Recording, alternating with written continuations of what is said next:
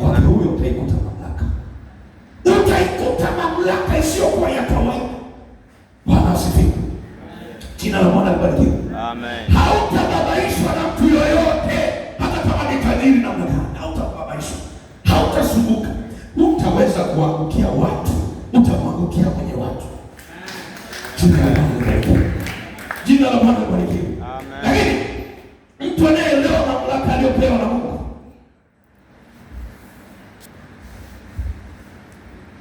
tawala kwa kutumia neno la Mungu na jina la Yesu. Anatawala kwa kutumia neno la Mungu na jina la Yesu. Mtu anayeelewa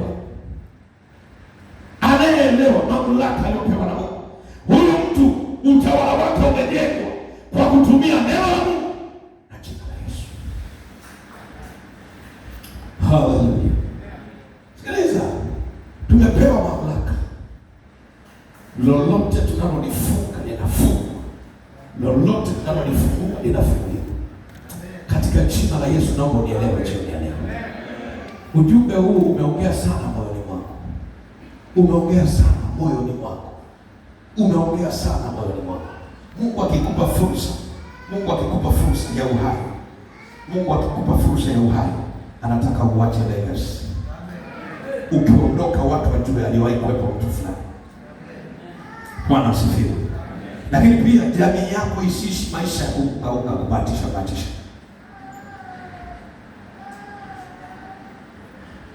Open your mind. Open your spiritual understanding. May you be opened.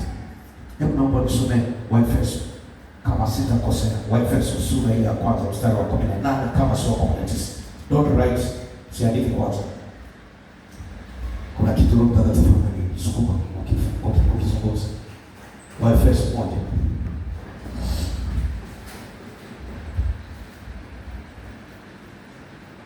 Waefeso sura ya kwanza mstari wa 8. No, 18. Macho ya mioyo yenu anza sasa 17. Yes. Kuanzia mstari wa 17. Mungu wa Bwana wetu Yesu Kristo, Baba wa utukufu, awape ninyi roho ya hekima na ya ufunuo katika kumjua yeye. Katika kufanya nini? Kumjua yeye. Nishikilie hapo kidogo na nirudi kwenye pointi yako. Watu wanaoelewa mamlaka waliopewa na Mungu. Wanaoelewa mamlaka waliopewa na Mungu, utawala kwa kutumia neno la Mungu. Kwa kutumia neno la Mungu. Hawatawali tu, wanatumia neno la Mungu. Maana yake nini? Hata akiambiwa wewe unakufa, utakufa. Sema huyu ana scripture moja, anajua wanaoumwa huwa wanakufa. Wewe nimfungulie scripture nyingine. Sitakufa bali nitaishi. Kuna vitu natakiwa nivisimulie katika maisha yangu. Kwa hiyo unaponisubiri nife, hautaniona kwa sababu yako masimulizi yanatakiwa yatokee. Bwana asifiwe. 18. Macho ya mioyo yenu yatiwe nuru. Macho ya mioyo yenu yatiwe nuru. Mjue tumaini la mwito wake. Mjue tumaini la mwito wake. Jinsi lilivyo. Na utajiri wa utukufu. Na utajiri wa utukufu. Wa urithi wake katika watakatifu. Wa urithi wake katika watakatifu. Jinsi ulivyo. Bwana asifiwe sana. 19 sasa. Na ubora wa ukuu wa uweza wake. Na ubora wa ukuu wa uweza wake. Ndani yetu. Tuaminio. Ama sikiliza. Sema ndani yangu. Niaminio. Endelea. Jinsi ulivyo.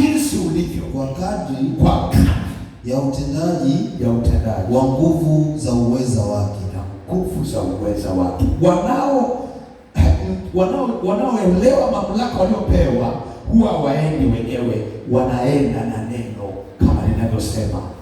Kwanza wanaituma, wana ufahamu, wana maarifa, wana ufunuo.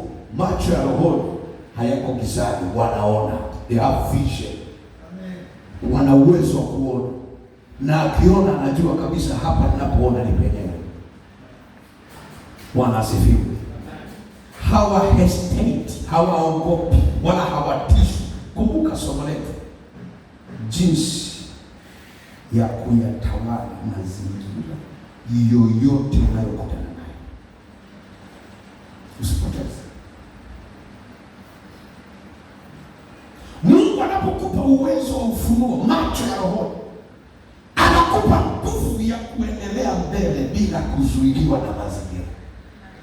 Leo yangu haitazuiliwa na mtu yoyote, kwa sababu ninaijua kesho yangu iko na namna gani. Si nina macho ya roho, si nina ufunuo. Na ndio maana mtumishi wa Mungu, mtu ambaye anaelewa anakokwenda huwa hahitaji kuonyesha njia. Hata ukija kumwonyesha njia, unamwongezea mbinu tu, lakini njia anaijua. Unamwongezea, unamtanulia wigo wa kuona, lakini njia anaijua. Sijui kama tunaelewa. Bwana Yesu asifiwe. Jina la Bwana libarikiwe. Watu wa Mungu semeni amina. Amen. Jinsi ya kutawala mazingira ya aina yoyote unayokutana nayo. Pointi ya pili, ukitaka kutawala mazingira ya aina yoyote unayokutana nayo. Pointi ya pili, sio kama ulishaandika hizo pointi zinazoongea 1, 2, 3 kama ni hivyo kata. Zile zingine zilikuwa ni subtitle, sio point. Amen. Pointi ya pili ndio naanza. Amen. Pointi ya pili, badili mazingira kwa nguvu ya neno.